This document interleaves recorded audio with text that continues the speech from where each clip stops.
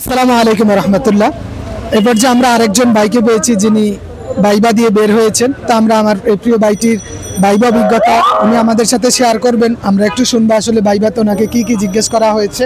তা আপনি একটু আপনার নাম, কোথা থেকে এসেছেন এবং কি জিজ্ঞেস করেছিল? নাম মোহাম্মদ জসিম, আমি বরিশাল বিভাগের পিরোজপুর জেলা থেকে এসেছি।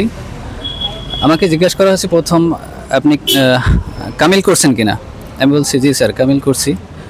এরপরে জিজ্ঞেস করলো, আচ্ছা যেহেতু কামিল করছেন তাহলে আপনি বলেন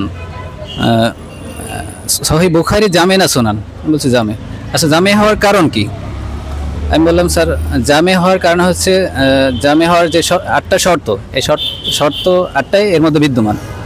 আচ্ছা এরপর জিজ্ঞেস করলো জামে আর কয়েকটা কিতাবের নাম বলেন। আমি বলছি স্যার জামে তিরমিজি। স্যার বল ধন্যবাদ। আচ্ছা এরপরে জিজ্ঞেস করছিল সুনান শব্দের অর্থ কী বা সুনান, এটা আমি সঠিক বলতে পারি না, একটা প্রশ্ন একটু সমস্যা হয়েছে। এরপর জিজ্ঞেস করলো আচ্ছা সুনান কয়েকটা কিতাবের নাম বলেন। সুনানে আমি বললাম স্যার সুনানে আবু দাউদ, সুনানে নাসাই। স্যার বললো ধন্যবাদ। এরপরে আরেকটা প্রশ্ন করছিল আসবাবে নুজুল। আচ্ছা আমি প্রথম স্যারের প্রশ্নটা বুঝতে পারি নাই, পরে আমি বলছি স্যার বুঝতে পারি না স্যার সঠিক। আচ্ছা তাহলে বলেন নজুল শব্দটা, নজুল কি, শানে নজুল কি? আমি বললাম স্যার শানে নজুল হচ্ছে কোনো সূরা নাজিলের প্রেক্ষাপট। এরপরে তাহলে স্যার জিজ্ঞেস করলেন তাহলে আপনি প্রথমে বুঝতে পারলেন না কেন?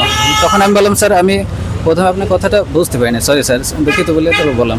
আচ্ছা ঠিক আছে, আপনাকে ধন্যবাদ। জি ধন্যবাদ। উনি খুব সুন্দরভাবে ওনার ভাইবা অভিজ্ঞতাটা আমাদের সাথে শেয়ার করেছেন। ওকে।